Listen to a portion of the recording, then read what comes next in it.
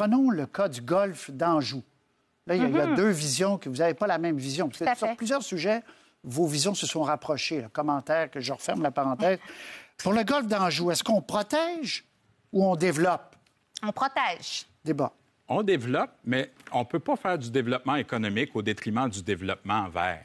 Parce qu'à partir de maintenant, il n'y a pas de plan B à la planète. Mais on a besoin de créer de la richesse pour la distribuer, mais il faut s'assurer qu'on combatte les inégalités. Alors, dans ce sens-là, il n'y a pas personne qui est plus environnementaliste que l'autre. On est tous conscients. Dans la réponse que vous venez de donner, M. Coderre, vous venez de dire que le développement primait sur les questions environnementales. Une relance verte inclusive, ça veut dire qu'on fait une grille d'analyse sur les projets et vous êtes prêt à développer sur le dernier espace vert d'Anjou. Pour moi, c'est un non-sens parce que vous savez quoi, M. Roy, je vais finir ma pensée, c'est que de nos jours, il faut acheter des terrains à fort coût, les décontaminer puis après ça, les verdir. Alors, il me semble que la logique, comme on l'a fait avec le Grand Parc de l'Ouest, c'est de garder les espaces qui sont déjà verts. Vous, le golf, vous le gardez, vous faites quoi avec le golf? Avec le golf, on peut faire un pas. Absolument, il n'y a pas de parc dans l'Est de Montréal. Je pense qu'il faut mettre les pendules à l'heure. Il n'y a personne ici qui a dit que c'est le développement économique au détriment du développement vert.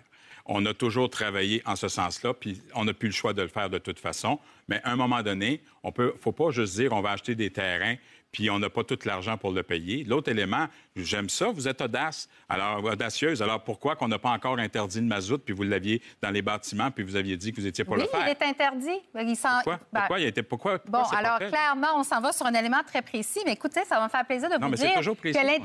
Allez-y. Non, alors, étant donné que dans notre plateforme, nous, c'est des éléments très concrets, l'interdiction du mazout est déjà prévue pour le niveau institutionnel en premier, puis après ça, au niveau résidentiel. Et vous savez ce qu'on fait? Pourquoi vous ne l'avez pas fait pendant ce mandat-ci?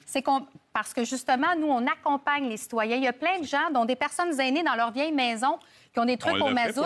Et nous, on est en train de mettre un programme pour les accompagner parce que moi, je considère que les changements ne sont pas faciles à faire. C'est quoi la différence de programme sur le mazout? Là? Vous l'allez plus vite?